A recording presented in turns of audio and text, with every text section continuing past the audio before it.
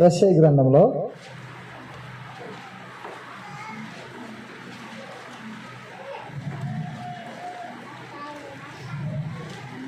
15వ అధ్యాయము.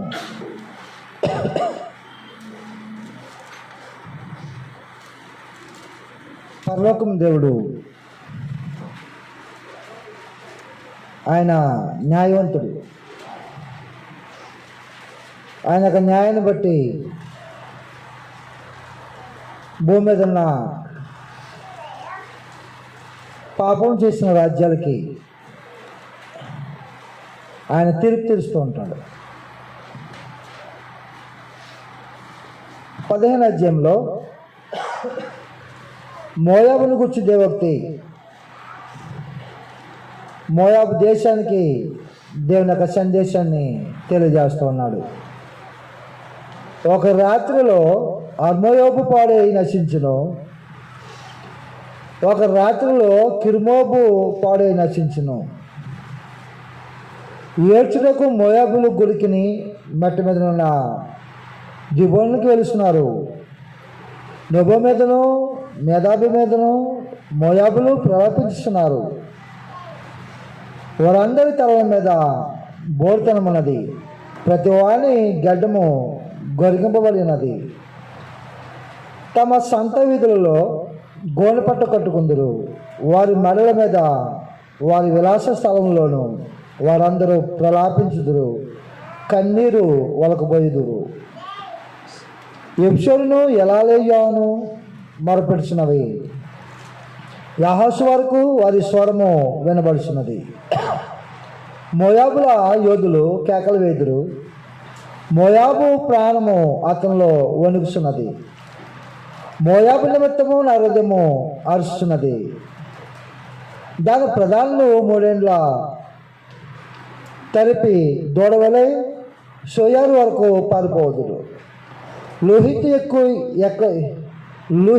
ఎక్కుడు త్రోవను ఏడ్చు ఎక్కుదురు.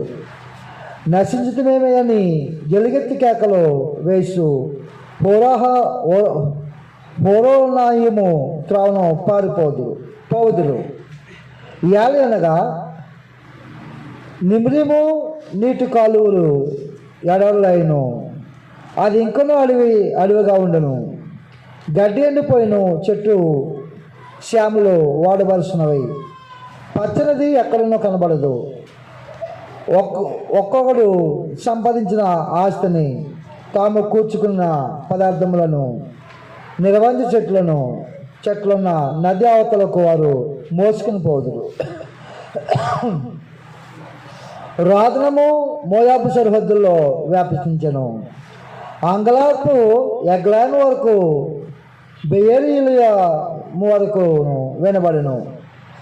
ఏలనగా దిమోను జలములు రక్తములాయను. మరియు నేను దిమోను మీదకి ఇంకొక బాధను రప్పించదును.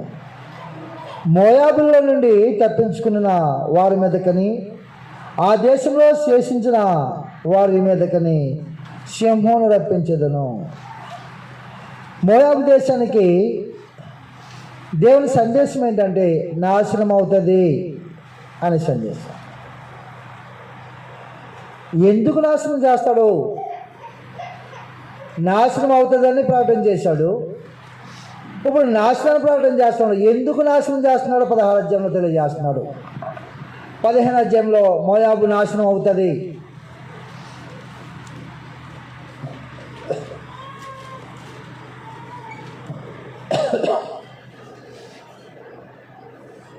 మోయాబు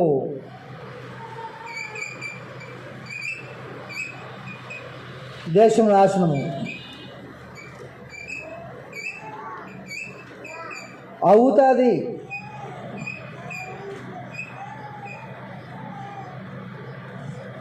అనే సందేశాన్ని 15వ అధ్యాయంలో తెలియజేశాడు.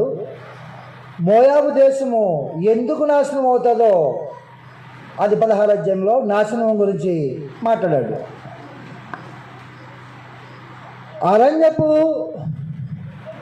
చోటునున్న షెల్ నుండి దేశము నీళ్ళవారికి తగిన గొర్రెపిల్లలను కప్పముగా సియోను కుమార్తె పర్వతమునకు పంపుడి. గూటి నుండి చెదిరి ఇటు అటు ఎగురు పక్షి వలె అర్నోను దేవుని యొద్ద మోయాబు కుమార్తెలు కనబడుదురు. ఆలోచన చెప్పుము, విమర్శ చేయము. చీకటి కమ్మినట్లు మధ్యాహ్నమున నీ నీడ మా మీద ఉండనీయము. చెదిరిన వారిని దాచిపెట్టుము, పారిపోయిన వారిని పట్టియకుము. నేను వెలివేసిన వారిని నీతో నివసింపనీయము. దోసుకున్న వారు వారి మీదకి రాకున్నట్లు మోయాబీలకు ఆశ్రమగా ఉండము. బలాత్కారులు ఓడిపోయి సంహారం మానిపోయిను. అనగదొరకవు వారు దేశంలో లేకుండా నశించది. కృప వల్ల సింహాసనం స్థాపింపబడును. సత్యసంపన్నుడై దాని మీద కూర్చుండి తీర్పు తీర్చునప్పుడు కలడు. దావీదు గుడారంలో ఆసనుడైన న్యాయం విచారించు, న్యాయం జరిగించుటకై తేవరించును. మోయాబీలు బహుగర్వం గలవాలని మేము విని ఉన్నాము. వారి గర్వమును గుర్చి, వారి అహంకార గర్వ క్రోధముల గుర్చి విని ఉన్నాము. కాబట్టి మోయాబు దేశాన్ని ఎందుకు నాశనం చేయడానికి కారణం ఏంటంటే వారి యొక్క గర్వమే. ఆమోసు గ్రంథము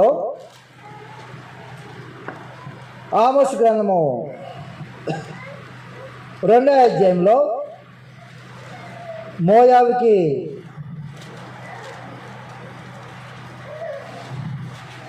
రెండో అధ్యాయము 1వ వచనంలో యెహోవా సెలవిచ్చినదేమనగా, మోయాబు 3 సార్లు 4 సార్లు చేసిన దోషలను బట్టి నేను తప్పకుండా దాన్ని శిక్షించను. కాబట్టి మోయాబుని నాశనం చేయటానికి ఎవరు కారణం అంటే వాళ్ళ యొక్క హృదయంలో ఉన్న గర్వం. మోయాబులు బహుగర్వం గలవారై మేము విని ఉన్నాము. వారి గర్వమును గుర్చి, వారి అహంకార గర్వ క్రోధముల గుర్చి విని ఉన్నాము. ఈ సంగతులని ఏ దేశమైతే, ఏ రాజు అయితే గర్విస్తాడో, తన బలాన్ని బట్టి, తన యొక్క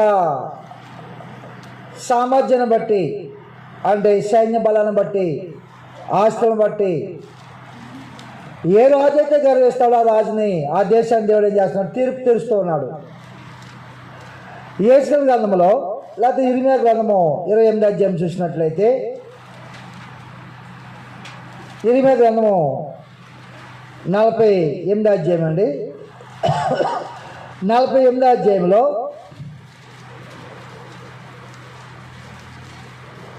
మోయాబు 1వ వచనంలో మోయాబును కూర్చున్నది అన్నాడు. 7వ వచనంలో నీవు నీ క్రియలను ఆశ్రయించితివి, నీ నిధులను నమ్ముకుంటువి. అది ధనము నమ్మకుడి ధనము నమ్మి మోసపోకుడు. ధనం ఏం చేస్తాడంటే ధన మోసము అన్నాడు ప్రభువైన యేసు ఉపమానం చెప్తూ. అనేక మంది ఐహిక విచారం వలన, ధన మోసం వలన దేవుని వాక్యం నుండి బయటికి వెళ్ళిపోతారని తెలియజేశాడు. ధన మోసం. కాబట్టి మోయాబు దేశాన్ని ఎవరు మోసం చేస్తున్నారంటే ఆ మోయాబు యొక్క హృదయ గర్వము, ఆ ధన మోసం ఏం చేస్తుందంటే ఆ దేశాన్ని నాశనం చేసింది. 29-30 వచనంలో ఇర్మియా గ్రంథమే 48వ అధ్యాయము 29-30 వచనాలు. మోయాబీల గర్వను గుర్చి వింటిని, వారు బహుగర్వపోతులు. వారి అతిశయమును గుర్చి, గర్వమును గుర్చి, అహంకారము గుర్చి పొగలను గుర్చి మాకు సమాచారం వచ్చిన ఎంత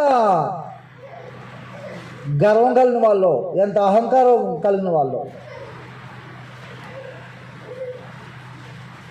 ఇంకేం తెలియజేస్తుంది అంటే 42వ వచనంలో మోయాబు యెహోవా కంటే గొప్పవాడినని అతిశయింపగా, అది ఎలాంటి అతిశయము? యెహోవా కంటే, దేవుడి కంటే గొప్పవాడిని. ఒక తూరు రాజు మానవుడయ్యుండి, దేవుడి కాక మానవుడయ్యుండి ఎంతగా ఆలోచన కలిగి ఉన్నాడంటే, దేవుడికున్నంత ఆలోచన దేవుడితో సమానంగా ఎంచుకున్నాడు. ఈ మోయాబు కూడా ఏం చేస్తున్నాడంటే 42వ వచనంలో 48, 42 మోయాబు యెహోవా కంటే గొప్పవాడని అతిశయపడగా. అతిశయపడచ్చా? మన ప్రభునందు అతిశయించాలి కానీ ధనాన్ని బట్టో, గర్వాన్ని బట్టో, అధికారాన్ని బట్టో, జ్ఞానాన్ని బట్టో అతిశయించకూడదు. కాబట్టి 16వ అధ్యాయంలో, యెషయా గ్రంథం 16వ అధ్యాయంలో ఎందుకు నాశనం అవుతుంది, ఎందుకు నాశనానికి మోయాబు దేశం గురవుతుందంటే తన హృదయ గర్వము, వాళ్ళ యొక్క అహంకార దృష్టి, వాళ్ళ యొక్క నమ్మకము, ధనం మీద నమ్మకము, వాళ్ళు దేవుని కంటే ఎక్కువగా అతిశయిస్తూ ఉన్నారు. కాబట్టి 16 మోయాబీలు బహుగర్వం గలవారని మేము విని ఉన్నాము. వారి గర్వను గుర్చి, వారి అహంకార గర్వ క్రోధముల గుర్చి విని ఉన్నాము. వారు వదులుట వ్యర్థము. కావున మోయాబుని గురించి అంగలార్చుదురు, అందరూ అంగలార్చుదురు. కేవలం పాడైన కిర్హేరెషెతు ద్రాక్ష పండ్ల ఆడలు దొరకక మీరు మూలుగుదురు. ఏలనగా ఎప్సోను పొలములను షిబ్మా ద్రాక్ష వల్లులు వాడిపోయాను. దాని శ్రేష్టమైన ద్రాక్ష వల్లులను జనముల అధికారులు అనగదొరికిరి. అవి యాజాల వరకు వ్యాపించను, అరణ్యంలోకి ప్రాకెను. దాని తీగలు విశాలముగా వ్యాపించి సముద్రమును దాటెను. అందువలన యాజారు ఏడ్చినట్టు నేను షిబ్మా ద్రాక్షావళులు నిమిత్తము ఏడ్చేదను. ఎప్షేను ఎలాలే నా కన్నీల చేత నిన్ను తుడిచివేసేదను. ఏలనగా ద్రాక్ష తోటి త్రొక్కి సంతోషించినట్లు నీ శత్రువులు నీ వేసవకాల ఫలముల మీదను నీ కోత మీదను పడి కేకలు వేదురు. ఆనంద సంతోషములు ఫలభరితమైన పొలముల నుండి మానిపోయాను. ద్రాక్షల తోటలో సంగీతము వినబడదు, ఉత్సాహధ్వని వినబడదు. గానుగులలో ద్రాక్షరస గెలలు త్రొక్కువాడెవడను లేడు. ద్రాక్షల తొట్టి త్రొక్కువాని సంతోషపు కేకలు నేను మాన్పించి ఉన్నాను. మోయాబు నిమిత్తము నా గుండె కొట్టుకునిచున్నది. కిర్హరేషు నిమిత్తమున ఆంత్రములు సితార వలె వాగుచున్నవి. మోయాబీలు ఉన్నత స్థలమునకు వచ్చి ఆయాసపడి ప్రార్థన చేయుటకు తమ గుడిలో ప్రవేశించినప్పుడు వారికేమీ దొరకక పోవును. పూర్వకాలమున యెహోవా మోయాబును గురించి చలివెచ్చిన వాక్యం ఇదే. అయితే యెహోవా ఇప్పుడు ఇలాగూ ఆజ్ఞిస్తున్నాడు, కూలివాని లెక్క ప్రకారము 3 ఏళ్ళలాగా మోయాబుల యొక్క ప్రభావమును, వారి సమూహమును అవమానపరచబడును. శాసము బహు కొద్దిగా మిగులును, అది అతి స్వల్పముగా నుండును. మోయాబు యొక్క నాశనం అవుతుందన్నాడు. మోయాబు ఎందుకు నాశనం ఉందో తెలియజేశాడు.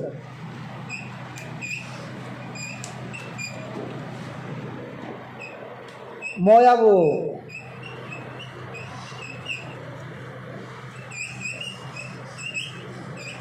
దేశము నాశనం.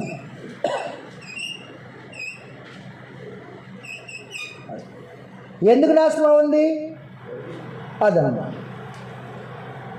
కాబట్టి మనకు అందే సమాచారం ఏంటి? దేవుడు మనకిస్తున్న సమాచారం ఏంటంటే, క్రైస్తవుడా గర్వించుకో,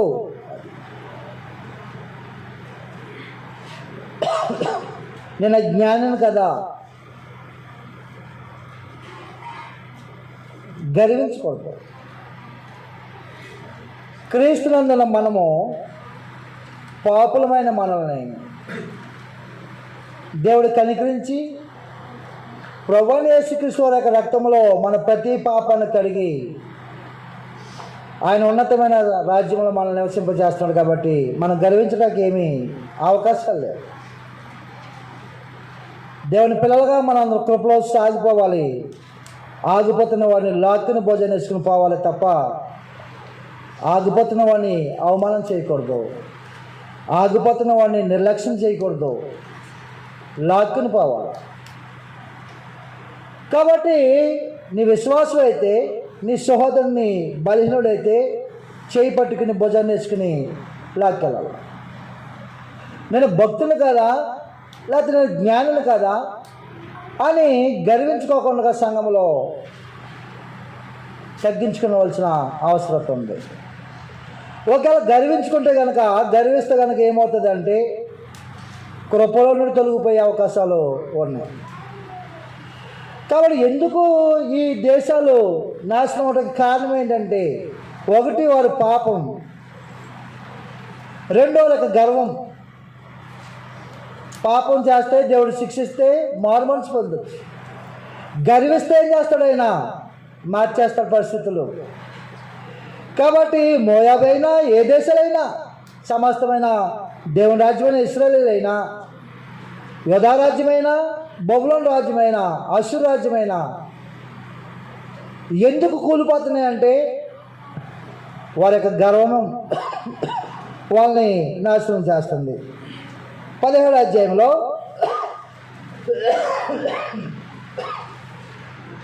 17వ అధ్యాయం దమస్కోనికి వచ్చిన దేవక్తి. దమస్కో సిరియాకి రాజధాని. దమస్కోనికి వచ్చిన దేవక్తి. దమస్కో పట్టణము కాకపోవలసి వచ్చును, అది పాడే దెబ్బగా వగును. అరియలు పట్టణములు నిర్మానుషములగును, అవి గొర్రెల మందలు మేయు కావులగును. ఎవడును వాటిని బెదిరింపకుండా మందలచ్చట పండుకును. ఎఫ్రాయిమునకు దుర్గము లేకపోవును, దమస్కునకు రాజ్యము లేకుండును. ఇశ్రాయేలీల ప్రభావమునకు జారినట్లు సిరియాలో నుండి శేషించిన వారికి జరుగును. సైన్యముల అధిపతి యెహోవా ఇలాగ సెలవిస్తున్నాడు, ఆ దినమున యాకోబు యొక్క ప్రభావం క్షీణించిపోవును, వారి క్రొవ్విన శరీరము కృషించిపోవును. చేను కొయ్యవాడు దండ్లు పట్టుకునగా వాళ్ళ చెయ్యి వెన్నులలో కోయినట్లుండును. రెపయ్యము లోయలో ఒకడు పరిగి ఏరినట్లు ఉండును. ఆయనను ఒలివ చెట్లు దులపగా పై కొమ్మ చివరను 2-3 పండ్లు మిగిలి ఉండినట్లు ఫలభరితమైన చెట్లున వాలుకములందు 3-4 పండ్లు మిగిలినట్లు దానిలో పరిగే పండ్లునని ఇశ్రాయేలు దేవుడైన యెహోవా సెలవిస్తున్నాడు. ఆ దినమున వారు తమ చేతులు చేసిన బలిపెట్టెములు తట్టు చూడరు, తమ దేవతా స్తంభములైనను సూర్య దేవత ప్రతిమలైనను తమ చేతులతో చేసిన దేవునైనా లక్ష్యం చేయరు. ఎందుకని? ప్రమాదం కదా. నాశనం మోయాబు దేశం మీదకి వచ్చింది. మోయాబు దేశం మీదకి నాశనం వస్తే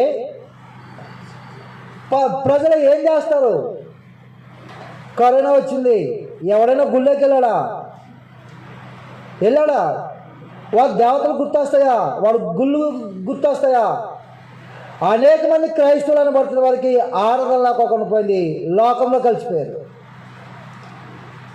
2 సంవత్సరాల ఆరాధన లేని క్రైస్తవులు ఉన్నారు, సమాజం కూడలేని పరిస్థితుల్లో ఉన్నారు. ఏమైపోయింది?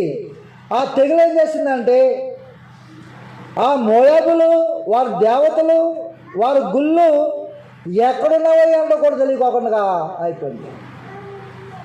కాబట్టి అన్ని జనులకు శ్రమ వస్తే దేవుని విడిచిపెడతారు, వాళ్ళకి వ్యాధులు వస్తే వాళ్ళు దేవుని విడిచిపెడతారు.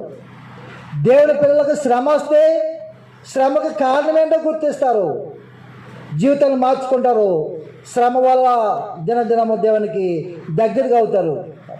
దేవుని పిల్లలకి అన్ని జనులకున్న వ్యత్యాసం. కాబట్టి క్రైస్తవులకు శ్రమ ఏం చేస్తుంది అంటే భక్తిని నడిపిస్తుంది. క్రైస్తవులకు శ్రమ విశ్వాసాన్ని వృద్ధి చేస్తూ ఉంటుంది. శ్రమ క్రైస్తవుడికి, దేవుడికి, క్రైస్తవుడికి మధ్య సంబంధాన్ని, బంధాన్ని బిగిస్తుంది. అదే నిజంలోకి వచ్చిందనుకో, లబోదిబో అంటారు. ప్రాణ భయం చేత పట్టుకుని కరోనాలో ఎవరు బయటకు వచ్చారు అసలు? కాబట్టి వీళ్ళ పరిస్థితి ఎలా ఉంది? అలాగా ఉంది. వారి దేవతలు ఎక్కడున్నా తెలియవు, వారి గుళ్ళు ఎక్కడున్నా తెలియవు, వాళ్ళ చేసుకున్న నక్షత్రాలు ఎక్కడున్నా తెలియవు. వాళ్ళు పట్టించుకుంటారా? చూస్తలేదు అసలు. శ్రమ వస్తే దేవుని ఎరగిన ప్రజల యొక్క జీవితాల్లో భూలోకమే తలకిందలు అయిపోయినట్టుగా వాళ్ళు భయపడిపోతూ ఉంటారు. భూలోకం తలకిందలు అయిపోతున్నట్టుగానే క్రైస్తవుడు ఆగుతాడు, ఆలోచిస్తాడు, నిబ్రం కలిగి ఉంటాడు, ధైర్యం ఉంటాడు. ఇక్కడ 7వ వచనంలో, ఆ దినమున వారు తమ చేతులు చేసిన బలిపీఠంలో తట్టు చూడరు. అంటే వాళ్ళ దేవతలకు ఆరాధన జరగదు. దేవత స్తంభమునైనను సూర్యదేవత ప్రతిమనైనను తమ చేతులతో చేసిన దేనినైనను లక్ష్యం చేయరు. మానవులు తమను సృజించిన వాని వైపు చూతురు. వారి కన్నులు ఇశ్రాయేలు యొక్క పరిశుద్ధ దేవుని లక్ష్య పెట్టును. ఆ దినమున ఎఫ్రాయిమీల బలమైన పట్టణములు ఇశ్రాయేలు భయము చేత అడవులను కొండల శిఖరం మీదను జనులు విడిచిపోయిన స్థలం వలెనగును. ఆ దేశం పాడగును. ఏలయనగా ఎందుకు పాడైపోతుంది? మోయాబు ఎందుకు పాడైపోతుంది? పాపం చేసింది. ఏం పాపం చేసింది? దమస్కో, మోయాబు అంటున్నాను నేను. దమస్కో ఏం పాపం చేసింది? ఏలయనగా నీవు నీ రక్షణకర్త యొక్క దేవుని మర్చిపోతివి. నీ ఆశ్రయదుర్గమైన నీ శైలంను జ్ఞాపకం చేసుకోనలేదు. అందుచేత నీవు రమ్యమైన వనములను నాట్సు వచ్చితివి, వాటిలో అన్యమైన ద్రాక్షవల్లులను నాటుతివి. నీవు వాటిని దినమున దాని చుట్టూ కంచి వేసితివి. ప్రొద్దుననే నువ్వు చేసిన విత్తనములు పుష్పింపజేసితివి. గొప్ప గాయములను మికటమైన బాధయు కలుగు దినమున పంట కుప్పలుగా కూర్చబడును. ఓహో, బహుజనముల సముద్రముల ఆర్భాటం వలె ఆర్భాటించును. జనముల ప్రవాహ జలముల ఘోష వలె ఘోషించును. జనముల విస్తార జలముల ఘోష వలె ఘోషించును. ఆయన వారిని బెదిరించును. వారు దూరముగా పారిపోదురు. కొండ మీద పొట్టు గాలికి ఎగిరిపోయినట్లుగా, తుఫాను ఎదుట గిరగిరా తిరుగు కసుపు ఎగిరిపోయినట్లు వారును తరమబడుదురు. సాయంకాలం తల్లడిల్లుదురు. ఉదయకాలము కాకమునుపు లేకపోదురు. ఇదే మమ్మను దోసుకున్న వారి భాగము. మా సొమ్ము దొంగల వారికి పట్టుగతి ఇదే. కాబట్టి మోయాబు దమస్కో నాశనం కోసం దేవుని సందేశం.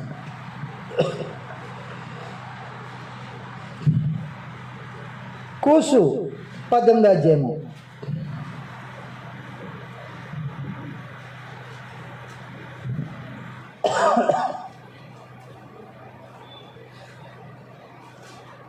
ఓహో కూసు నదుల 17వ అధ్యాయము.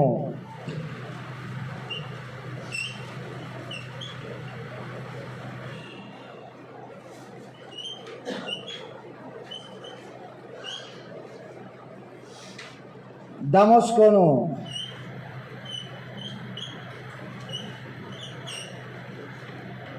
సందేశం, దేవుని సందేశం,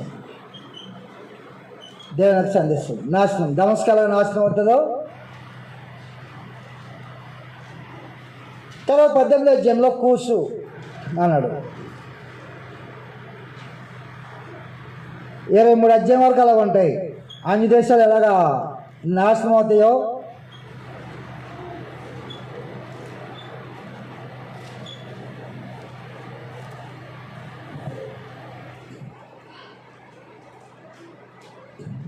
ఓహో కూసు నదులందరినీ తటతట కొట్టుకును సున్న రెక్కలు గల దేశమా,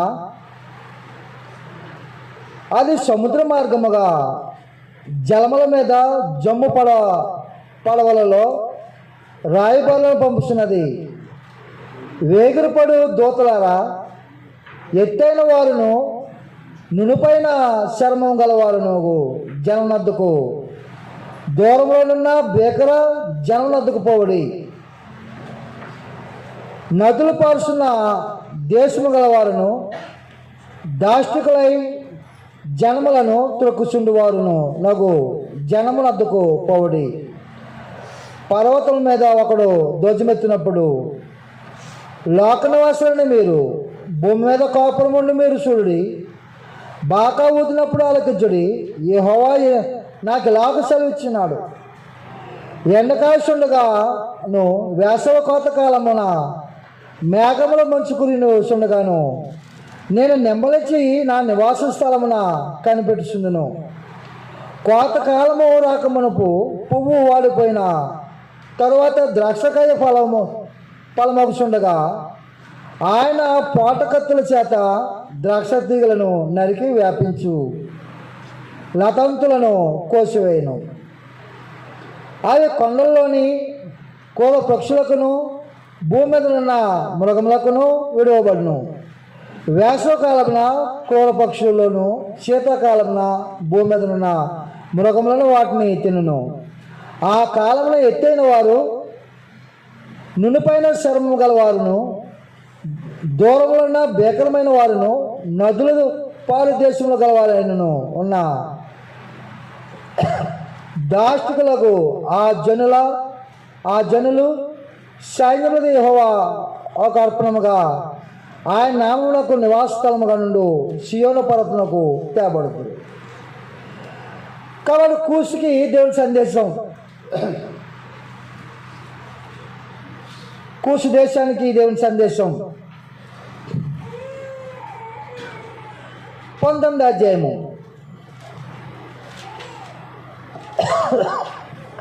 19వ అధ్యాయంలో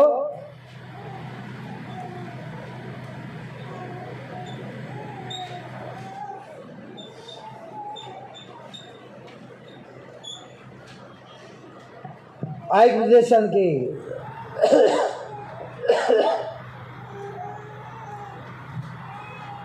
దేవక్తి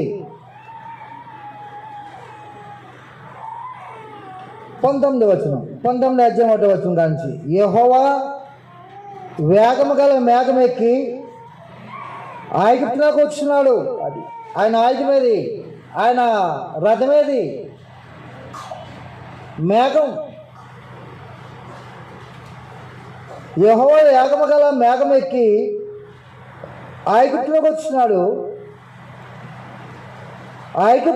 ఐగుప్తు విగ్రహములు ఆయన సన్నిధిని కలవరపడును.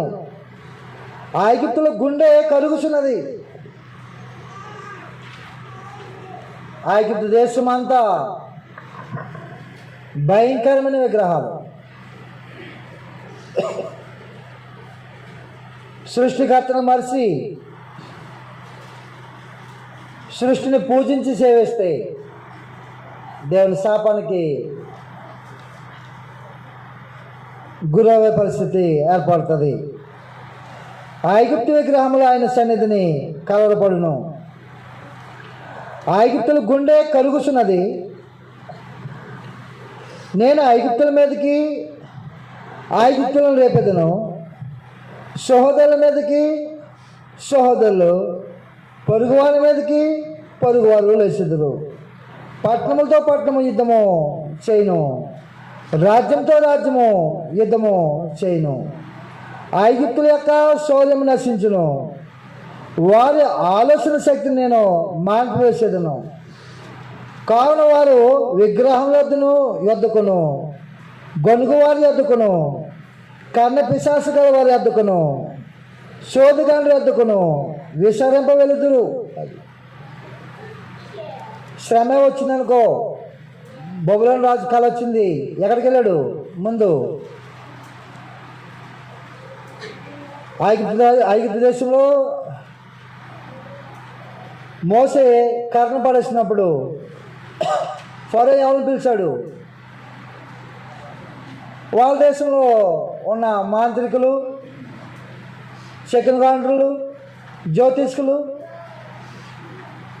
వాళ్ళు పిలుచుకుంటారు. భారతదేశంలో ఏదైనా కానీ పరిస్థితులు వచ్చినాకో ఈ అధికారులు ఎక్కడికి వెళ్తారంటే ఈ మంత్రులు జ్యోతిష్కులకి ఉన్నారు కదా, జ్యోతిష్కులని, మాంత్రికులని, సన్యాసులని, శకునగాండ్రులు ఉన్నారు. వాళ్ళ దగ్గర ఏంటి పరిస్థితి, మన దేశానికి కరువే, ఇబ్బందులు ఏంటి, కాటకాలు ఏంటంటే పలానా మూల మీద ఇది కట్టాలి, పలానా చోట ఇది చేయాలి, అది చేస్తే ఎగిరిపోతాయి, ఇలాంటివి రావని చెప్తారు, అదే చేస్తారు. 200 అడుగు వ్యక్తిగల స్తంభాన్ని ఒకటి నిలబడతాయి. మనకి ఏ కొరువు రాదన్నారు అనుకో, 200 కదా, వీళ్ళు 300 వేస్తారు. కరువు ఇంకెప్పుడు రాకోకుండా. కాబట్టి 3వ వచనంలో ఐగుప్తుల యొక్క శౌర్యం నశించును, వారి ఆలోచన శక్తిని నేను మార్పివేసేదను.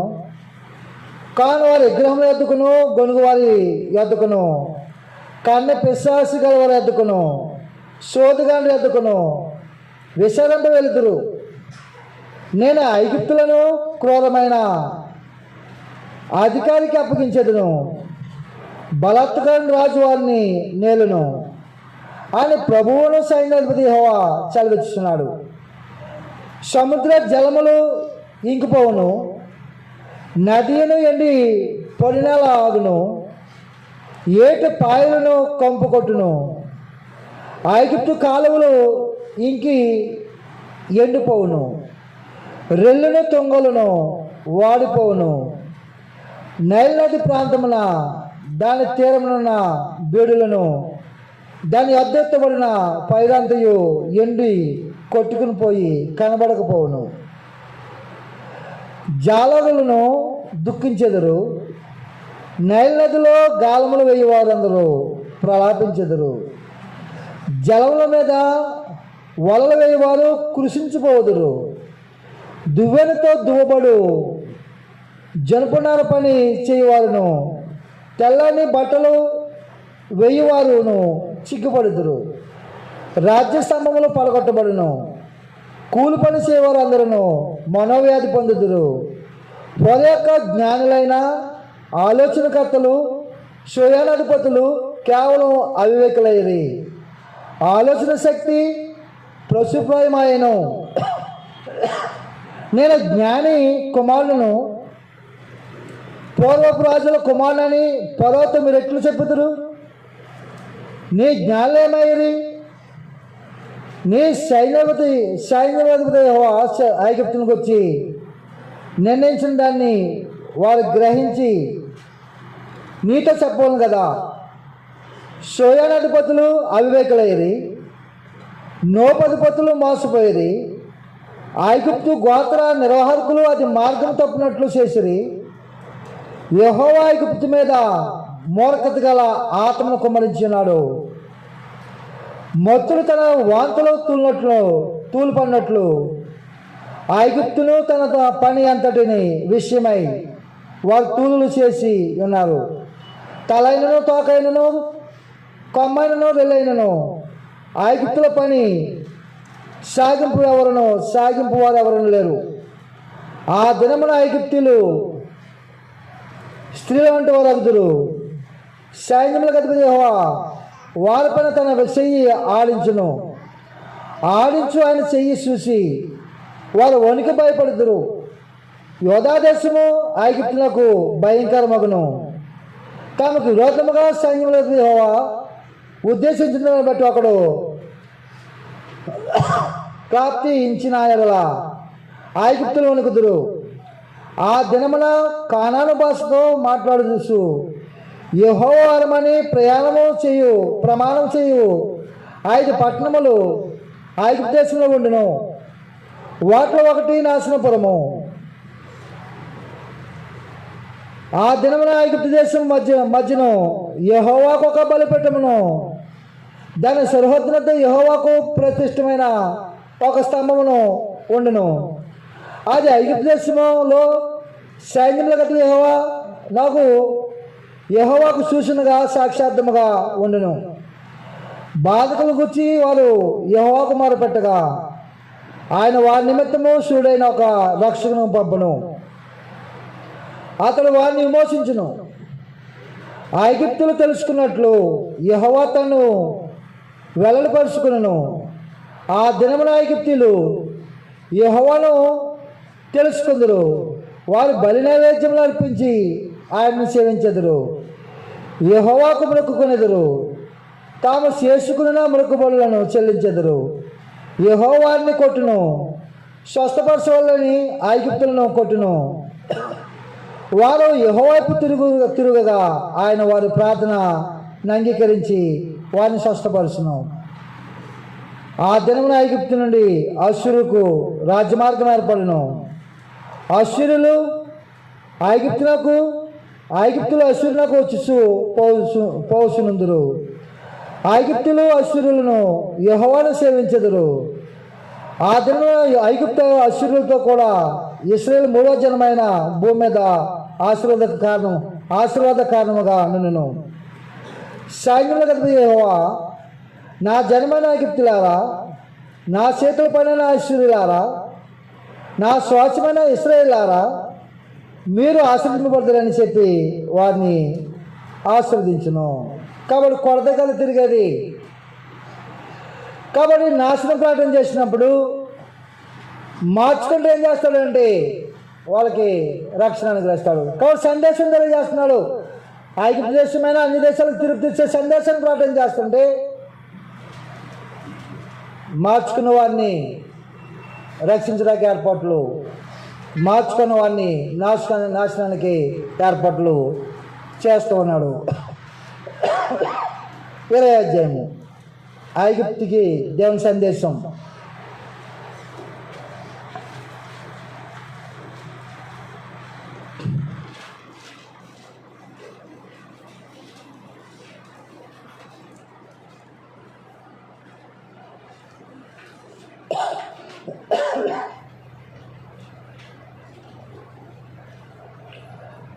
అశ్షూరు రాజు అయిన సర్గోను తర్బానును పంపగా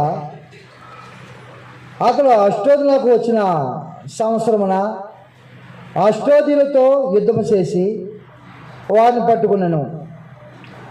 ఆ కాలంలో యెహోవా ఆమోజు కుమారుడైన యెషయా ద్వారా ఇలాగూ సెలవిచ్చెను. నువ్వు పోయి నీ నడుము మీది గోను పట్టు విప్పి నీ పాదముల నుండి జోళ్ళు తీసివేయము. అతడు అలాగ చేసి దిగంబరై జోలు లేక నడుచుండగా యెహోవా నా సేవకుని యెషయా ఐగుప్తుని గుర్చి కూసును గుర్చి చూచునుగాను సాదృశ్యంగాను 3 సంవత్సరాలు దిగంబరై జోలు లేక నడుచున్న ప్రకారము అశ్షూరు రాజు సరిపట్టబడిన ఐగుప్తులను తమ దేశం నుండి కొనుగోబడిన కూషీలను, పిన్నలను, పెద్దలను దిగంబరులుగాను, చెప్పులు లేని వారుగాను పట్టుకుని పోవును. ఐగుప్తులకు అవమానమవునట్లు పిరుదుల మీది వస్త్రమును ఆయన తీసివేసి వారిని కొనిపోవును. వారు తమ్ము నమ్ముకున్న కూషీలను గుచ్చి తాము అతిశయ కారణముగా ఎంచుకున్న ఐగుప్తులను గుచ్చి విషయం మంది సిగ్గుపడుదురు. ఆ దినంలో సముద్ర తీరం నివాసులు అశ్షూరు రాజు చేతుల నుండి విడిపింపబడి వాళ్ళని సహాయం కొరకు మనము పారిపోయి ఆశ్రయించిన వారికి లాగు సంభవించినదే మనం ఎట్లా తప్పించుకున్న వాళ్ళని చెప్పుకుందరు. అశ్షూరు నాశనం కోసం మాట్లాడాడు.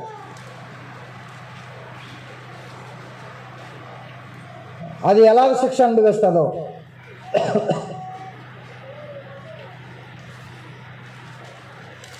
21వ అధ్యాయంలో కూసు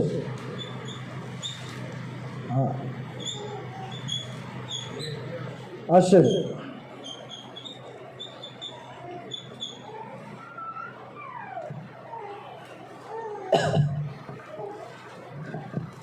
బ్రేక్ ఇద్దాం.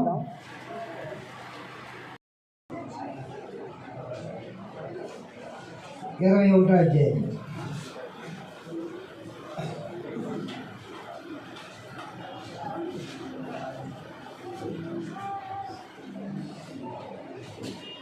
అధ్యాయంలో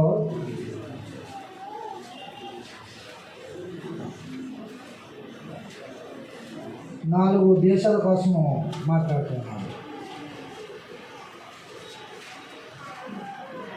ఒకటి 21వ అధ్యాయము 1వ వచనంలో సముద్రం తీరమునున్న అడవి దేశం కూర్చున్న దేవక్తి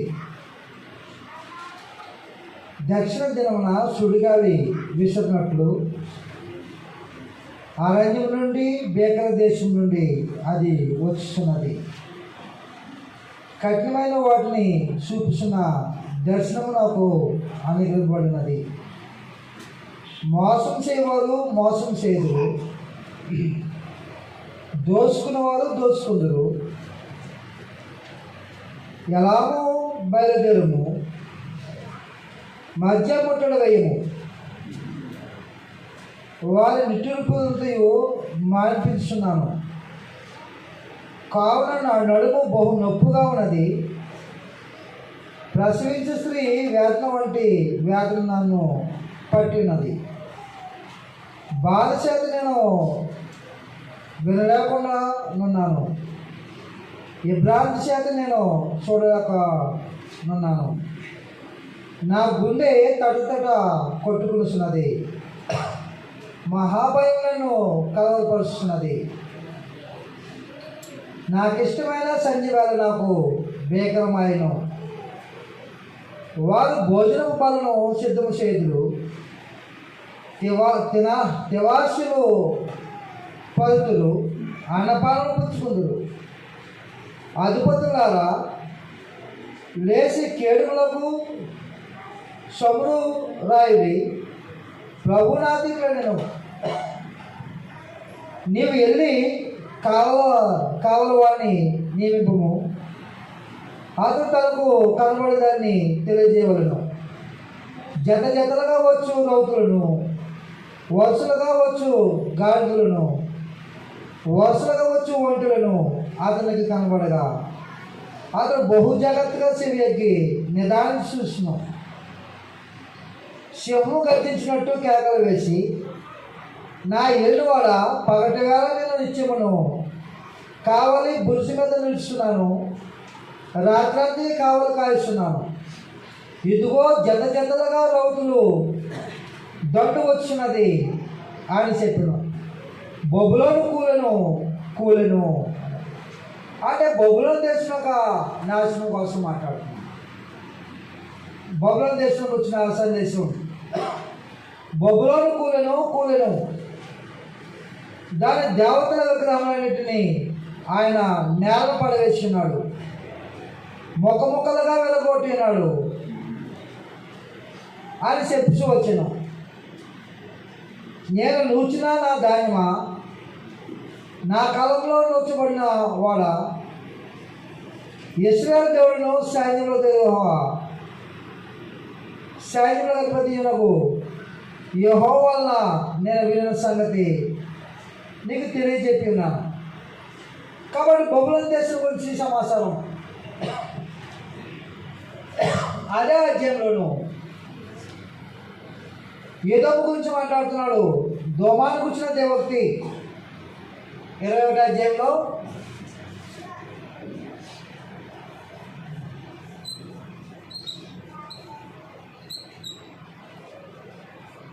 బబులోను దేశం యొక్క సందేశం, దేవుని యొక్క సందేశం. అదే అధ్యాయంలో దేవాలయం అంటే ఎదోము, ఎదోము దేశం.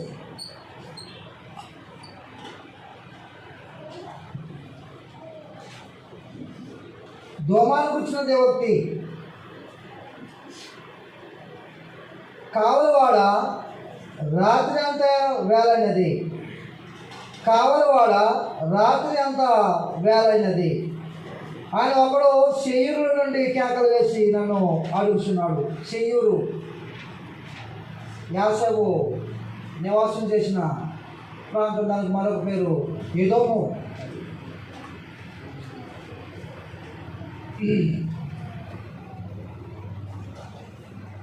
శేయూరులో నుండి కేకలు వేసి నన్ను అడుగుతున్నాడు. కావలవాడు ఉదయం నవ్వు రాత్రి నవ్వును, మీరు విసరింపుకొనేలా విసరించుడి, మరణండి అంటున్నాడు.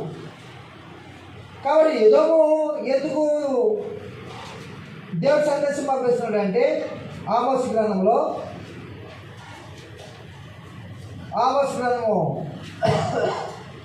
1వ అధ్యాయంలో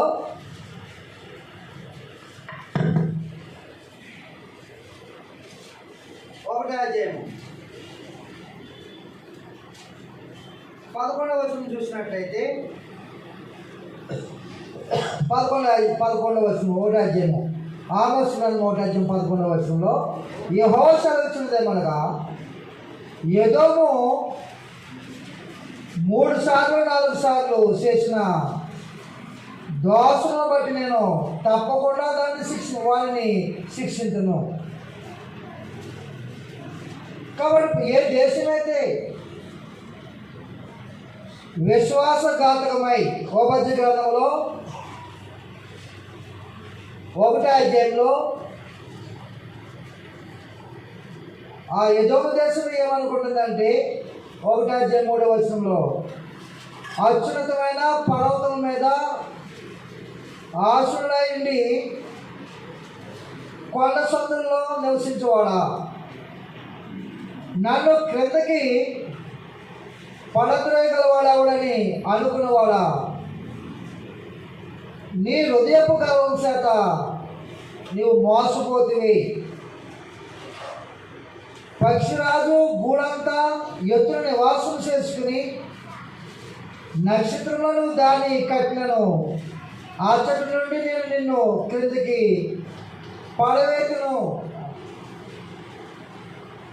ఎందుకు ఎదోము దేశానికి సమాచారం అంటే తన హృదయ గర్వం నాశనాన్ని తీసుకెళ్ళిపోతుంది. ఎవరి గర్వాన్ని ఏం చేస్తుందని పాడు చేస్తుంది.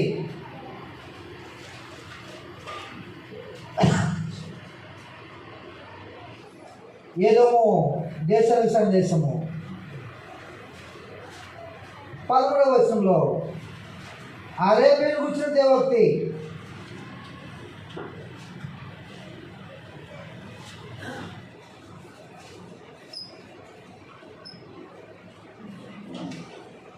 అరేబియా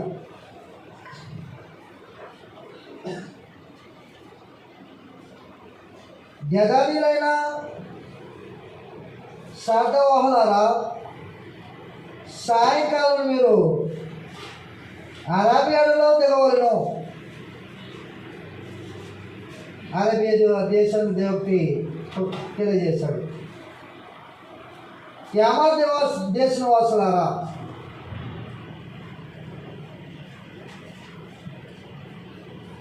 నాలుగు త్యామా దేశం.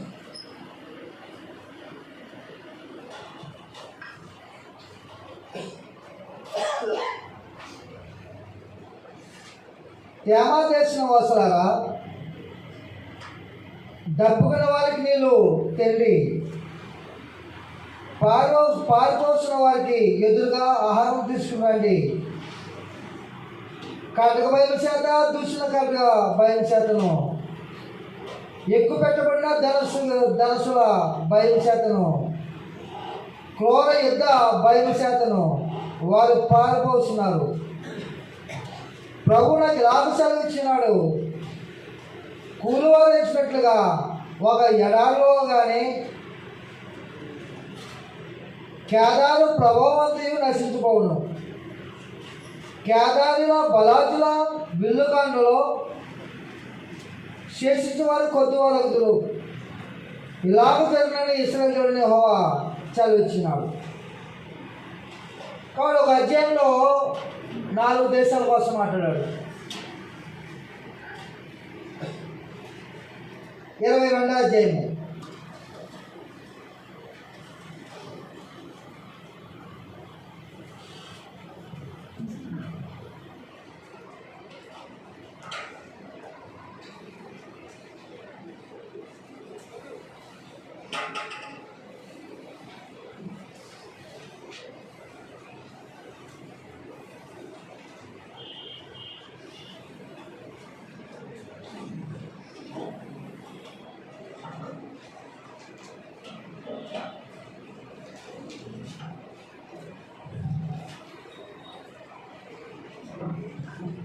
అధ్యాయంలో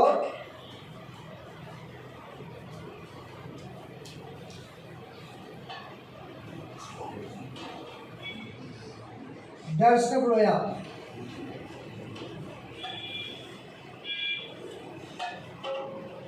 అంటే యెరూషలేము.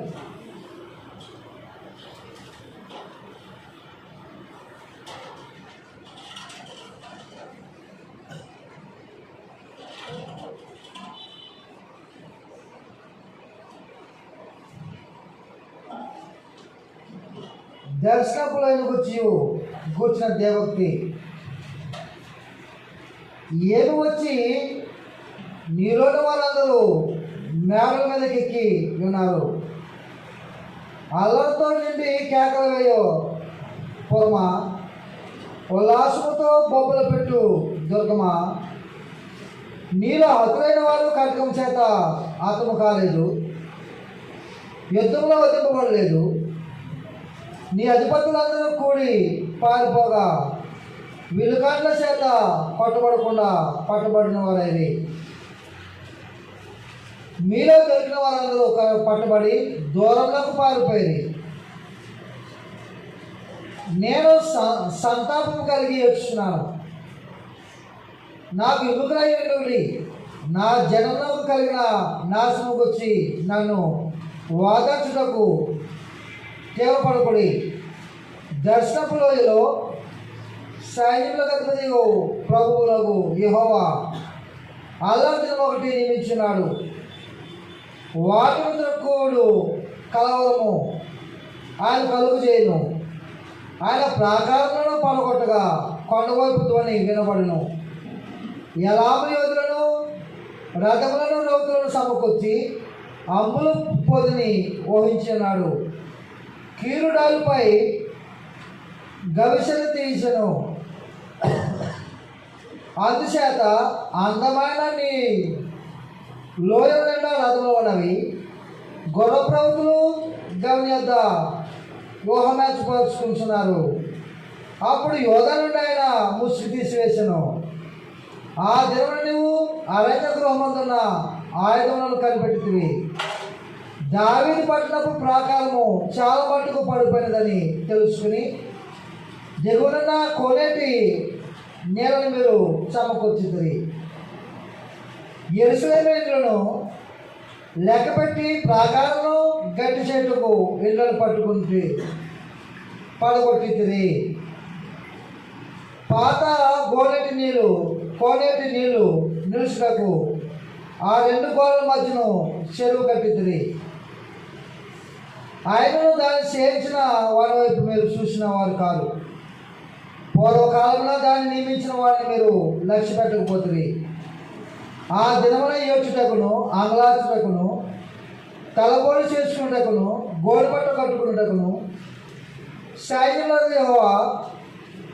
సైన్యముల అధిపతియు ప్రభువునకు యెహోవా మిమ్మల్ని పిలవగా, రేపు చచ్చిపోతాము కనుక తిందమో త్రాగుతామని చెప్పి ఎడ్లను వధించు, గొర్రెలను కోయసు, మాంసం తినుసు, ద్రాక్షరసం త్రాగుసు మీరు సంతోషించి ప్రోత్సహించుదురు.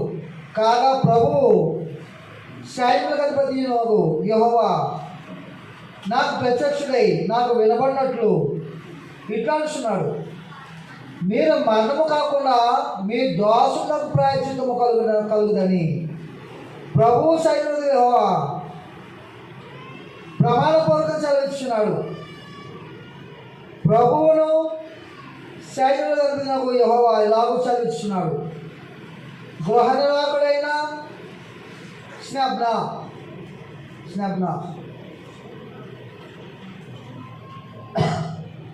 కాబట్టి దర్శనంలో యెరూషలేము నాశనం గురించి మాట్లాడుతాడు. ఇక్కడ టాపిక్ మార్చాడు. శబ్నాను ఈ విశాలకర్త యొక్క ఎద్దుకు పోయి అతను తిట్లను, ఇక్కడ నీకేం పని?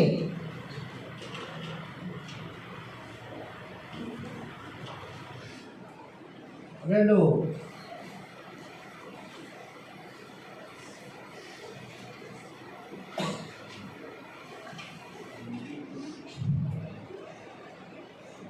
ఇక్కడ నీకేం పని?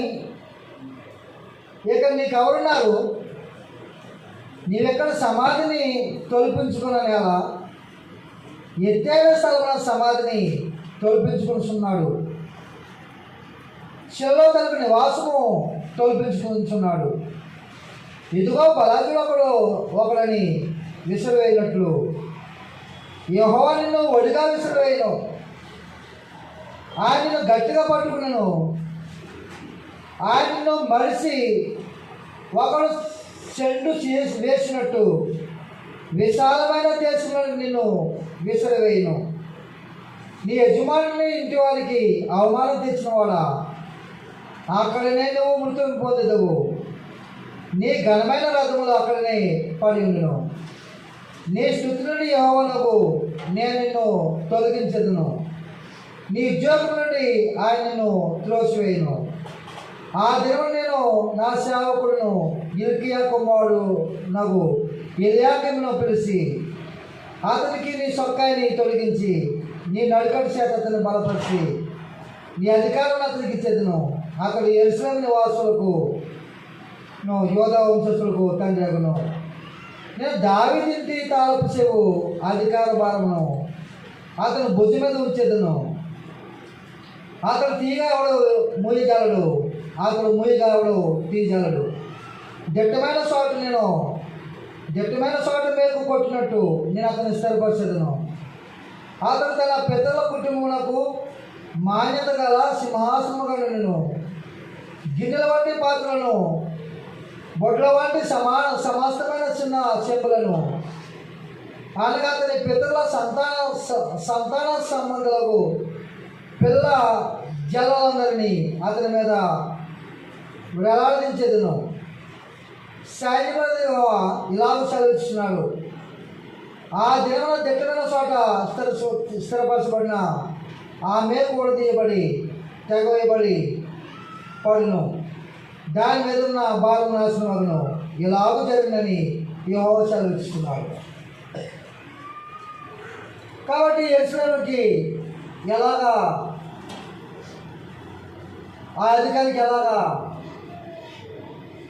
నాశనం తటస్తుందో దేవుడు తెలియజేసినప్పుడు ఏం చేయాలంటే నీకు ప్రమాదం వస్తుంది, నీకు నాశనం వస్తుందని తెలిసిన తర్వాత మార్చుకోవాల్సిన అవసరం ఉంటుంది. మార్చుకుంటే దేవుడు ఏం చేస్తాడంటే క్షమించగలడు. నేనే పట్టణంలో ఎలాగైతే మార్చుకున్నారో, ఎలాగైతే మారు మనసు పొందారో, ప్రమాదం వస్తుందనే సమాచారం అంటే ఈనాడు ఆకాశం కింద సమాజ మనుషులు బ్రతుకును మార్చుకోవాల్సిన అవసరం ఉంది. ఎందుకంటే తీర్పు ఉందని దేవుడు తెలియజేశాడు. అపొస్తలుల కార్యాలు 17వ అధ్యాయంలో ఆయన సర్వలోకానికి, అపొస్తలుల కార్యాలు 17వ అధ్యాయము, ఆకాశం కింద సమస్త మనుషులు మారు మనసు పొందాలని, ఆయన కుమారుని యేసుక్రీస్తు వారి దగ్గరకు రావాలని దేవుడు ఆజ్ఞాపిస్తున్నప్పుడు ఖచ్చితంగా ప్రతి మనిషి జీవితం మార్చుకుని మారు మనసు పొంది దేవుని తిరగవలసిన అవసరం ఉంది. 30 ఆ జ్ఞాన కాలంలో దేవుడు చూసి ఉన్నట్టుగా ఉండను. ఇప్పుడైతే అందరూ మారు మనసు పొందవాలని మనుషులుగా ఆజ్ఞాపిస్తున్నాడు. ఎందుకనగా తాను నియమించిన మనుషుని చేత నీతిని అనుసరించి భూలోకంలో తీర్పు తెచ్చిపోయేది ఒక దినము నిర్ణయించున్నాడు. ఎవరు తప్పించుకునే అవకాశం లేదు. నాయన నాకు తెలియదండగా అవకాశం లేదు. కాబట్టి ఆకాశం కింద సమస్త మానవ జాతికి పరలోకం దేవుడు ఏం ఆజ్ఞాపిస్తున్నాడంటే మారు మనసు పొందు, మనసు మార్చుకో, జీవితాన్ని మార్చుకో. తీర్పు ఉంది. నీ నోటి ద్వారా వెళ్ళే ప్రతి మాటకి తీర్పు ఉంది. నీ దేహం ద్వారా చేసిన అది మంచి పనైనా చెడు పనైనా ఒక దినాన తీర్పు ఉందని తెలియజేసినప్పుడు ప్రతి మనుషులు మార్చుకోవాల్సిన అవసరం ఉంది. దేవుని యొక్క కను దృష్టిల నుండి ఎవరు తప్పించుకోవడానికి అవకాశం లేకపోకుండా ఈ తీర్పుని ఏర్పాటు చేశాడు. కాబట్టి మనుషులు ఏం చేయాలంటే మార్చుకోవాల్సిన అవసరం ఉంది. కాబట్టి ఆనాడు దేశాలకి నాశనం సంభవిస్తుంది అని దేవుడు సందేశం తెలియజేసినప్పుడు ఆ ప్రకటన అందుకున్న ఆ దేశాలు, ఆ ప్రజలు ఏం చేయాలంటే జీవితం మార్చుకోవాల్సిన అవసరం ఉంది.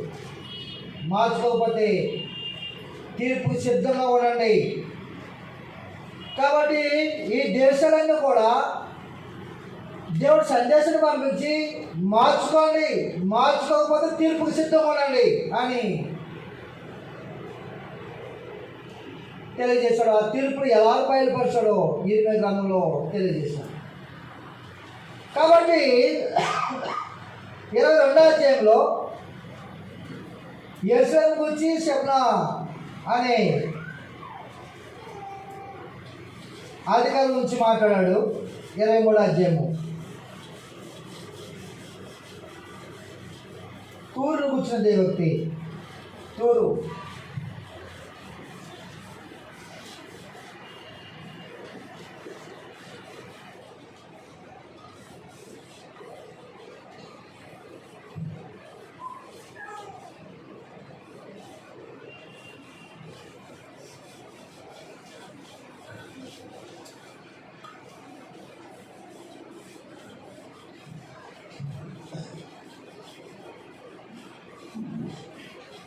తూరును కూర్చున్న దేవక్తి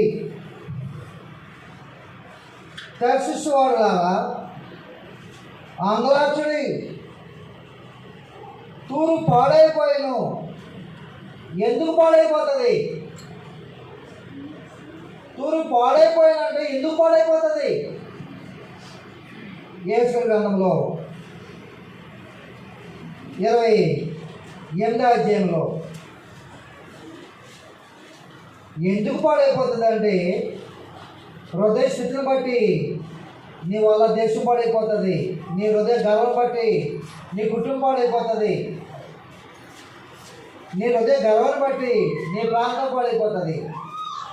ఒక అధికారి అయితే అధికారే హృదయ గర్వం గలవాడైతే తను పరిపాలన చేస్తున్న ప్రాంతం అంతా పాడైపోతుంది. ఒక కుటుంబ యజమాని హృదయ గర్వం ఉంటే ఆ కుటుంబం అంతా పాడైపోతుంది. ఒక దేశాన్ని ఏర్పాటు చేస్తున్న రాజు హృదయ గర్వం కలిగి ఆ దేశమే అతని వల్ల పాడైపోతాం. కాబట్టి 28వ అధ్యాయంలో యేసు గ్రంథము 28వ అధ్యాయము ఎందుకు పాడైపోతుందని తెలియజేశాడంటే, ఆ తూరు యొక్క అధికారి యొక్క మనసులో ఏముందో దేవుడు చూస్తూ ఉన్నాడు. 1వ వచనం కానించి, మరి యెహోవాకు నాకు ప్రత్యక్షమై ఇలా సెలవిచ్చాను, నరపుత్రుడా, తూరు అధిపతి ఇలాగ ప్రకటింపము, ప్రభువునకు యెహోవా సెలవిచ్చినదేమనగా, గర్విష్ఠుడవై నేను ఒక దేవతను అంటే దేవుడైనట్టు సముద్రము మధ్యన నేను ఆసనుడై ఉన్నాను అని నువ్వు అనుకున్నావు. నీవు దేవుడు కాక మానవుడవై ఉండి దేవునికి తగినంత అభిప్రాయం కలిగి ఉన్నావు. కాబట్టి ఎలాంటి అభిప్రాయము? ఇలాంటి అభిప్రాయం రావడానికి కారణం ఏంటంటే తనకున్న జ్ఞానం. అది నీకెంత జ్ఞానం ఉన్నా నీ ఎదుటి వాడితో పోల్చుకోకూడదు. వాడు నాకన్నా జ్ఞానం తక్కువడనో నాకన్నా ఎక్కువడనో పోల్చుకోకూడదు. నీకు ఎంత ఉందో దాంట్లో నువ్వు ఇమిడి ఉండాలి. అది అలవాటు చేసుకోవాలి. అది మనం నేర్చుకోవాలి. నీకు ఎంత ఉందో దాంట్లో నువ్వు పని చేయి. నీకు ఎంత సామర్థ్యం ఉందో దాంట్లో నిలిచి నువ్వు పని చేయి, దేవుని సహాయం ఉంటుంది. లేని దానికోసం ఆలోచన చేసి బాధపడి కంటే ఉన్న దాంట్లోనే యథార్థంగా పనిచేస్తే దేవుని సహాయం ఉంటుంది. కాబట్టి ఏమన్నాడంటే, నువ్వు దానియేలు కంటే జ్ఞానవంతుడు, నీకు మర్మమైనదేమీ లేదు. నీ జ్ఞానము చేతను నీ వివేకము చేతను ఐశ్వర్యం పొందితివి.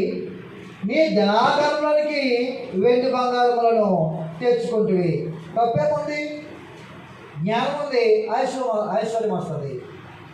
సులభమైన జ్ఞానం ఉంది కాబట్టి ఎంత ఐశ్వర్యం సంపాదించాడు, తప్పేం లేదు. కానీ గర్వపడుతున్నది తప్పు, గర్విస్తూ పాపం.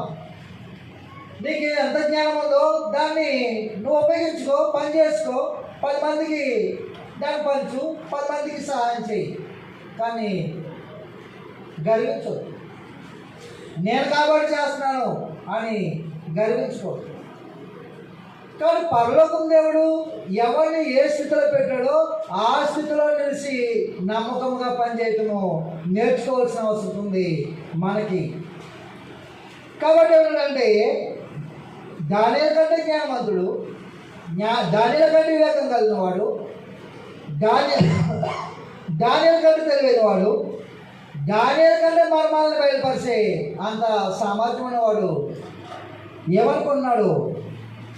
5వ వచనం, నీకు కలిగిన జ్ఞానాతిశయము చేతను వర్తకము చేతను నీవు విస్తారమైన ఐశ్వర్యం సంపాదించుకుంటువి. నీకు ఐశ్వర్యం కలిగినదని నువ్వు గర్వించిన వాడు అయితివి. కాగా ప్రభువు యెహోవా ఇలాగ సెలవిస్తున్నాడు, దేవునికి తగినంత అభిప్రాయం కలిగి ఉన్నవాడా, ఆలకించును. నువ్వు సంపాదించుకో, దేవుడు నీకు ఆ సామర్థ్యం ఇస్తాడు. నువ్వేది సంపాదించుకుంటావో అది దేవుడు ఇస్తాడు. నువ్వు దేవుని కోసం కష్టపడతావో అదే ఇస్తాడు దేవుడు. నువ్వు జ్ఞానం కావాలని యథార్థంగా నువ్వు ప్రయాసపడుతుంటే నీకు జ్ఞానం ఇస్తాడు. లేదు నాకు ఐశ్వర్యం కావాలంటే నీకు ఐశ్వర్యం ఇస్తాడు. ఐశ్వర్యం ఇస్తే జ్ఞానం వాడు, జ్ఞానం ఇస్తే ఐశ్వర్యం వాడు. ఏదో ఒకటి లాస్ అవ్వాలి. అది కావాలా ఇది కావాలా, రెండు కావాలనుకుంటే పాడైపోతాం. కాబట్టి తనకి జ్ఞానం ఉంది, ఆ జ్ఞానం ద్వారా ఐశ్వర్యం సంపాదించుకున్నాడు. కానీ ఏం చేశాడంటే, ఎప్పుడైతే స్థిరపడ్డాడో ఉజ్జీలాగా ఉజ్జి ఏం చేశాడు? 16వ సంవత్సరమున సింహాసనాసీనుడై అభివృద్ధి చెందిన తర్వాత, స్థిరపడిన తర్వాత మనసును గర్వించి చెడిపోయాడు. ఈ తూరు అధిపతి కూడా అలాగే ఏమనుకుంటున్నాడు? 14వ వచనంలో అభిషేకమునందున కెరూబువై ఒక ఆశ్రమంలో నీవు ఉంటివి. అందుకని నిన్ను నియమించుతుంది.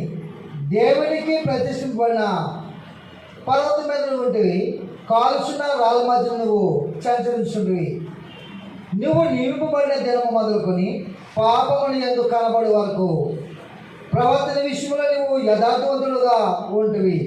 అయితే నీకు కలిగిన విస్తారమైన వర్తకము చేత లోపల నువ్వు అన్యాయం పెంచుకొని పాపము చేసు వచ్చుతావు కనుక నువ్వు పర్వతం మీద నువ్వు ఉండకుండా నేను నిన్ను అభద్ర పరిస్థితిని ఆశ్రమంలో ఉన్న కెరూబు కాల్చున్న రాళ్ళ మధ్యను నీవెకను సంచరింపవు. నిన్ను నాశనం చేసితిని. నీ సౌందర్యమును చూసుకుని నువ్వు గర్వించిన వాడవై నీ తేజస్సు చూసుకుని నీ జ్ఞానం చెరుపుకుంటువి. కావున నేను నిన్ను నేలను పడవేసేదను. ఎందుకు తూరు దేశానికి నాశనం తెలియజేస్తున్నాడు అంటే తన స్థితి, అంతరంగ స్థితి. మనం బాగా చాలా అందంగా కనపడుతూ ఉంటాం, చాలా మంచిగా కనపడుతూ ఉంటాం మనుషులకి. కానీ అంతరంగ పురుషుడు ఎంత దుర్మార్గుడో ఆ సంగతి ఎదుటివాడికి తెలియదు. అంతరంగ పురుషుడు ఎంత భయంకరమైన ఘోరంగా లోపల ఆలోచన చేస్తున్నాడో పరమదేవుడు మాత్రమే చూస్తాడు. భర్తను చూస్తుంది, నా భర్త చాలా బుద్ధిమంతుడు, మంచోడు అనుకుంటుంది పాపం. ఏం చూసి? ఈ ముఖం చూసి. వాడు బయటకు పోయిన తర్వాత ఏం చేస్తున్నాడో పాపం తెలియదు. కాబట్టి ముఖం చూసి ఆన్సర్ వేయకూడదు. ప్రవర్తన చూసి, మాటలు చూసి, నీ చూపును చూసి, నీ జీవన శైలి చూసి మనిషిని అంచనా వేయాలి. కాబట్టి తూరి ఎవరు తన జ్ఞానం లోపల గర్విస్తూ ఉంది అన్నాడు.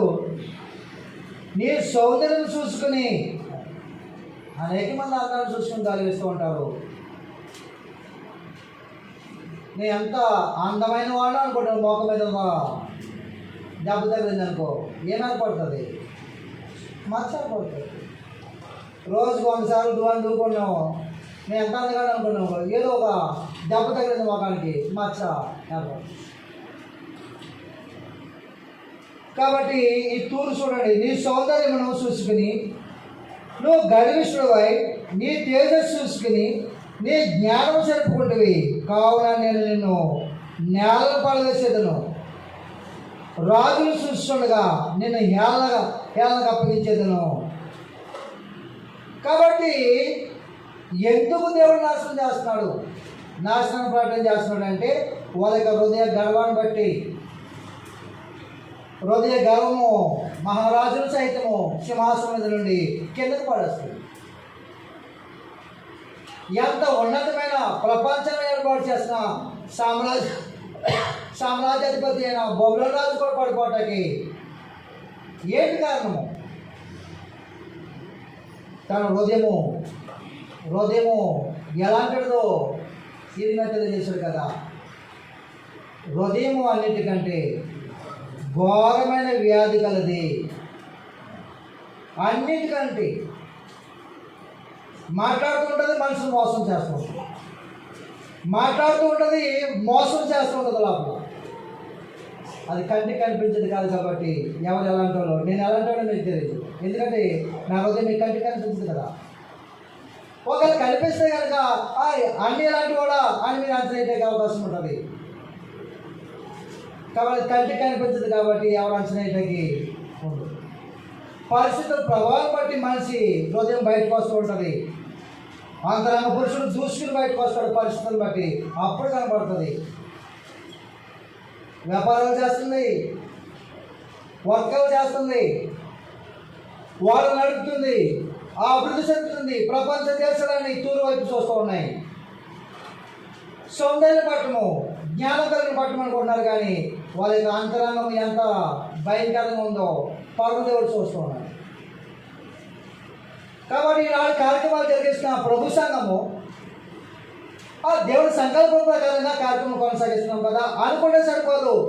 ప్రభు యొక్క సంఘం యొక్క ఆ పరిస్థితుల యొక్క హృదయాల యొక్క తలంపులు ఎలాంటివో దేవుడు చూస్తూ ఉంటాడు, ఆయన చూస్తూ ఉంటాడు. ఆ సంగతి సంఘాలు మర్చిపోకూడదు. కాబట్టి ఏం తెలియజేస్తాడంటే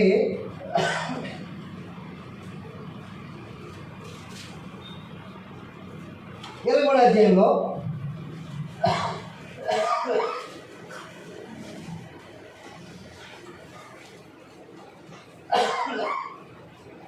ఎందుకు పాడైపోతుంది 1వ వచనంలో తూరును గుర్చి దేవక్తి తర్షీషు వాడులారా అంగలాచుడి తూరు పాడైపోయాను. తూరు ఎందుకు పాడైపోతుందండి? ఆమోసు గ్రంథం 1:9 చదవమా. ఆమోసు గ్రంథము 1:9 వచనంలో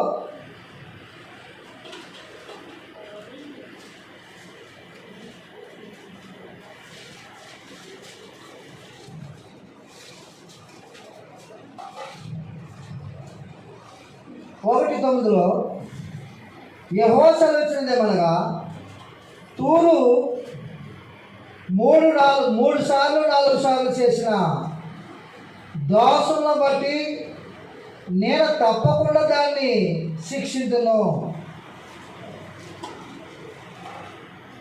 కాబట్టి ఏ దేశమైతే విశ్వాసఘాతకమై నా దృష్టికి పాపం చేసినదో దానికి నేనే విరోధినై ఏం చేస్తాడు? ఆయన కరువును పంపిస్తాడు, కత్తిని పంపిస్తాడు, తెగలు పంపిస్తాడు, నాశనం చేస్తాడు. కాబట్టి ఎందుకు శిక్షిస్తున్నాడంటే ఆ దేశాల యొక్క రాబోయే రాజుల ప్రజల యొక్క హృదయాల్లో ఎరిగినవాడు, భవిష్యత్తు జ్ఞానం కలిగినవాడు దేవుడు. సమస్తాన్ని ముందుగా చూసినవాడు, సమస్తాన్ని ముందుగానే చూసినవాడు, జరగబోయేదాన్ని జరిగినట్టుగా చూసేవాడు దేవుడు. కాబట్టి జరగబోయేది దేవుని యొక్క దృష్టిలో జరిగిపోయినట్టుగా చూసేవాడు ఆయన. అది జరిగిపోయింది ఆయన ప్రకటన చేసేస్తున్నాడు. ఈ కాలం ఇంకా జరుగుతున్నట్టుగా ప్రకటన చేస్తున్నాడు. 23వ అధ్యాయంలో యెషయా గ్రంథము 23వ అధ్యాయంలో ఇల్లైనలో లేదు, ప్రవేశ మార్గమైన లేదు, కిత్తీల దేశం నుండి ఆ సంగతి వారికి వెల్లడి చేయబడిన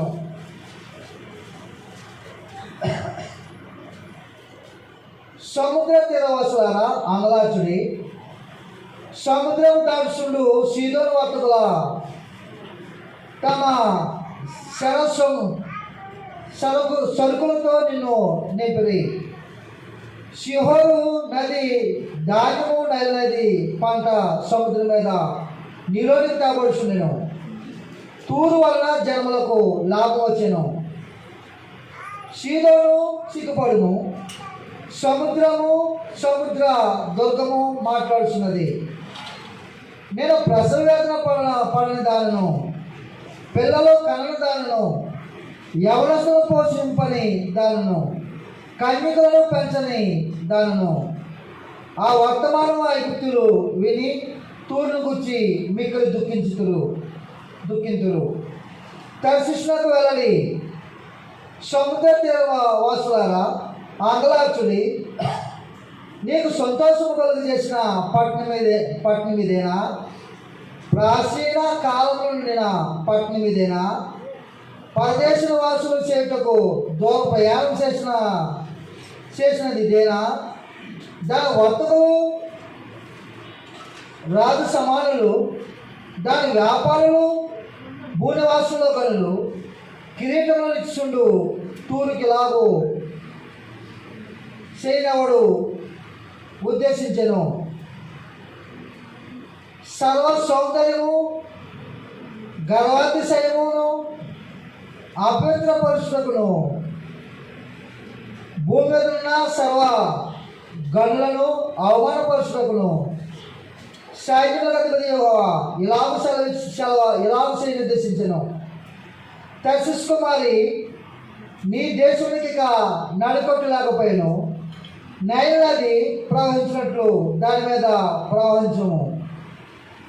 ఆయన సముద్రం మీద తన చెయ్యి చాపెను, రాజ్యులను కంపింపజేసెను, కానాను కోటలను నశింపజేటుకును యెహోవా దాని గురించి ఆజ్ఞాపించెను. మరియు ఆయన సీదోను కన్యక చెరపట్టిన దాన, నీకికాను సంతోషముడదు, నువ్వు లేచి కిత్తిములకు దాటిపమ్ము, అక్కడైనా నీకు నెమ్మది కలుగదు.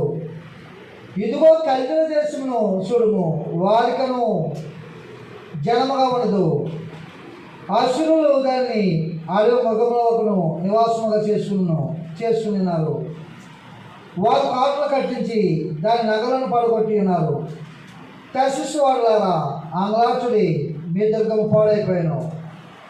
ఒక రాజు ఏలుబడిలో జరిగినట్లు తూరు ఆ దినమున 70 సంవత్సరములు మరువబడిను. 70 సంవత్సరములైన తరువాత వేశ్యల కీర్తనలో ఉన్నట్లు జరుగును. ఏమనగా, మరువబడి వేశ్య సితారా తీసుకుని పట్టణంలో తిరుగులాడుము. నువ్వు జ్ఞాపకమునకు వచ్చినట్లు ఇంపుగా వాయించుము, అనేక కీర్తనలు పాడుము. 70 సంవత్సరముల అంతమున యెహోవా తూరును దర్శించును. అది వేశ్య జీవితమునకు మరలో భూమి మీద ఉన్న సమస్త లోక రాజ్యములతో వ్యభిచారం చేయను. వేశ్య జీవితముగా ఉన్నదాన్ని వర్తక లాభము యెహోవాకు ప్రసిద్ధమగును. అది కూర్చబడదు, దన్నిధిలో వేయబడదు. యెహోవా సన్నిధిని నివసించే వారికి సంతృష్టి ఇచ్చు భోజనములకును ప్రశస్త వస్త్రములకును ఆ పట్టణపు లాభము ఆధారముగా నేను. కాబట్టి తూరు ఎలాగనా ఎందుకు నాశనం చేస్తానని తెలియజేశాడు. ఇప్పుడు ఇక్కడ 24వ అధ్యాయం నుంచి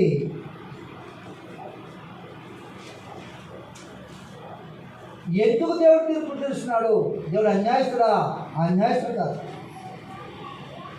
దేవుడు న్యాయవంతుడే, ఆయన తీర్పులు కూడా న్యాయమైనవే. ఆ సంగతి 23వ అధ్యాయం నుండి 27వ అధ్యాయం వరకు తెలియజేస్తున్నాడు.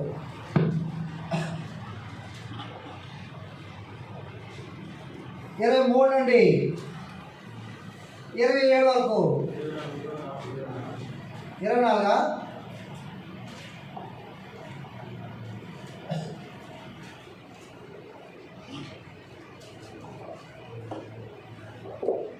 ఆప్షన్స్ 24 నుండి 27 వరకు దేవుడి తీర్పులు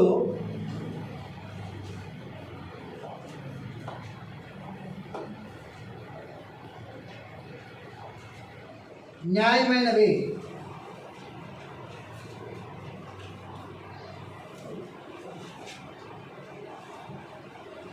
ఇరవై 24, 25, 26, 27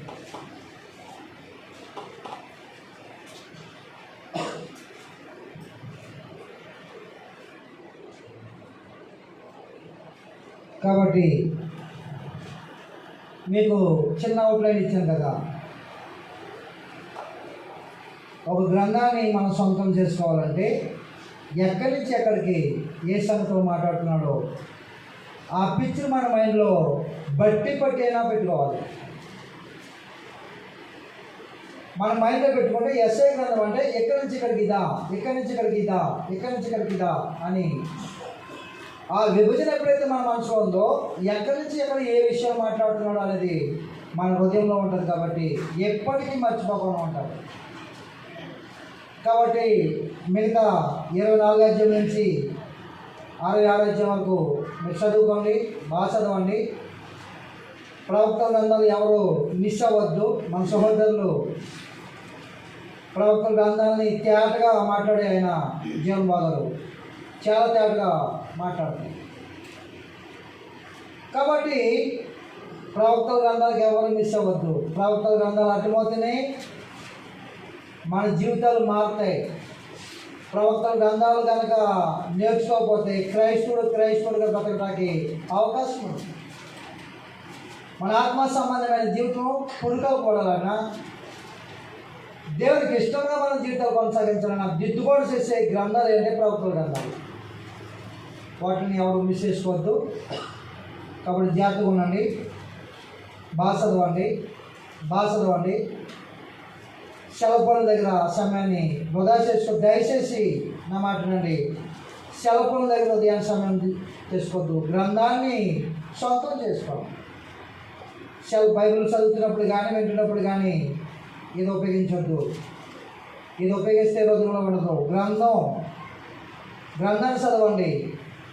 ఇది మన కంటి ద్వారా లోపలికి హృదయాల్లోకి వెళ్తుంది, మనకి జ్ఞాపకం ఉంటుంది. కాబట్టి బైబిల్ చదవండి. 24 నుండి 6 వరకు ప్రతి వచనం మీరు చదవండి. మీరు చదివితేనే సంగతులు అర్థమవుతాయి. కానీ ప్రవక్తల గ్రంథాలు చదవకోకుండా, ప్రవక్తల గ్రంథాలే కాదు ఏ పుస్తకమైనా రాబోయే వచ్చినారో ఏ పుస్తకం చెప్తున్నారో ఆ పుస్తకాన్ని నెలంతా 10 సార్లు చదవాలి. ఒక 10 సార్లు చదివితే ఇక్కడ చెప్తున్నప్పుడు మీ సొంతం అయిపోతుంది, మీ హృదయంలో రాయబడుతుంది, ఎప్పటికీ మర్చిపోదు.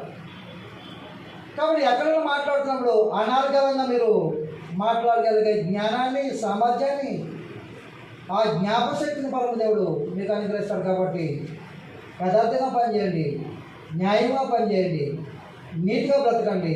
దేవుడు కాపుదల, దేవునికి సహాయం ఉంటుంది. కాబట్టి